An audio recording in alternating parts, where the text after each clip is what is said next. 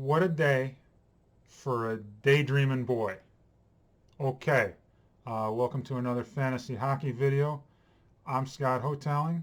Hope you enjoy this one. I am going to have to change the background a bit. I know it kind of looks like a little amateur hour, but it is what it is. I'm not exactly getting paid for this either, so I guess I am an amateur. So the background kind of fits if you really think about it. But hopefully pretty soon I'm going to change all that. But anyways, let's get to it. I think I'll start with Florida and Carolina last night. I was actually going to start with another game. I was going to start with Calgary. Got my notes right here. So see, maybe I am a little professional. At least I got some notes and did some research on it, if nothing else. Man, I hope Florida and Carolina meet in the playoffs. I don't even care if it's the first round, even though that's highly unlikely. Man, I just hope they meet in the playoffs and the series goes 7 games. Every single time they meet, not only is it a good game, it's a great game. Both teams, it looks like, hate each other, which makes it even better. Just super looking forward to that. I really do hope they make they meet in the playoffs. That would be a fantastic series. Hope it goes all 7 games. The game last night was phenomenal. I really thought Carolina was going to win it in their typical fashion, low scoring, 2-1 game, and then Florida scores with less than a minute left, and then they score 15 seconds into overtime. So within the span of a little over a minute, they go from down 1 to win the game. So it was a heck of a game. So that was a good game. So now I'll get to what I was going to talk to in the beginning. When Florida and Carolina, I could watch that any night of the week. So what I was going to talk about originally, Calgary wins their 8th straight game, and they looked pretty impressive doing it. They really did. Elias Lindholm now has at least a goal in 6 straight games. Of course, he had 2 goals last night in the Flames win over Anaheim.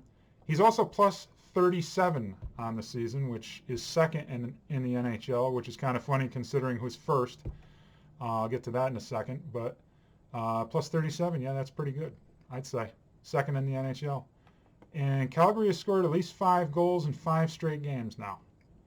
I think they've scored 5 goals in 3 of them and 6 in 2 of them, or maybe it's 6 in 3 and 5 in 2. Whichever way you put it, they're playing really good right now. Also, Johnny Gaudreau picked up another 2 assists and a goal to move to 43 assists on the season, second in the NHL, and now he's 4th in points, 63 points total.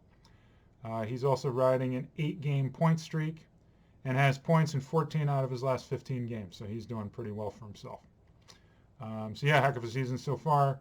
And last but not least, he's also the reason Lindholm isn't first in plus minus, because Gaudreau is plus 39, 2 better than Lindholm. So I thought that was kind of interesting. Teammates 1 and 2 in the NHL in plus minus. What else is going on? Let's see. Let me look over the notes here.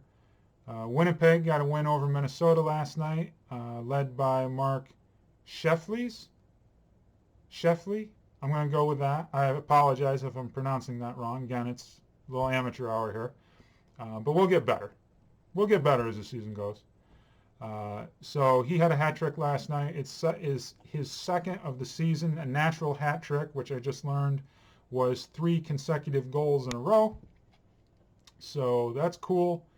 He now has 7 goals and 4 assists in his last 5 games, up to 40 points on the season in 41 games.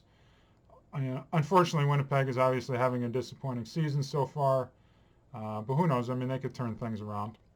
It certainly seems like they have the talent to do so, especially considering what they did last year.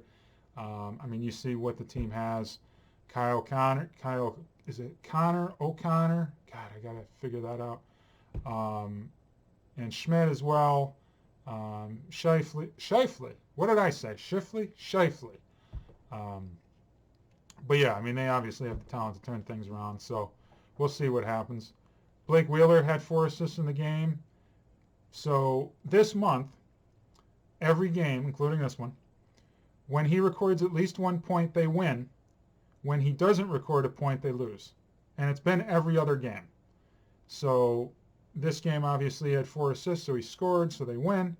Next game, maybe he doesn't score, so they lose. But it's 6 games in a row now that that's happened. So a little interesting tidbit of information. Colorado shut out Vegas 2-0 in Jack Eichel's return. I wish Jack Eichel got on the score sheet, but he didn't. He did have a couple penalty minutes, so that's something. Actually, I think he had 4 because he had a couple of penalties. Definitely didn't see that coming. If they can win low-scoring games like that, I mean, who's going to stop them, really? I mean, who's going to stop them? They can pretty much outscore everybody. And again, if they can win the low-scoring games too, especially against teams like a Carolina or a Florida, teams like that, if they can win low-scoring games, they're going to be extremely hard to beat. They're extremely hard to beat now. But again, low-scoring, because the knock on Colorado has always been they can't, you know, their goalie, I don't necessarily want to say their defense, but just, again, low-scoring games, if they can't outscore you, that's kind of their weakness, so to speak. So it was, you know, it was interesting to see them win that 2-0. Kemper got the shutout. But it is awesome to see Eichel back in action. Super happy for him. Definitely rooting for him to have a long and healthy career post-surgery. Really am. Big fan, especially since he got the surgery he wanted, like I discussed in the last video. So I'm super excited for him. And, yeah, I mean, again, Colorado looks like one of the teams to beat, obviously. So it should be interesting moving forward. So I'll end it there. Hope you guys enjoyed the video.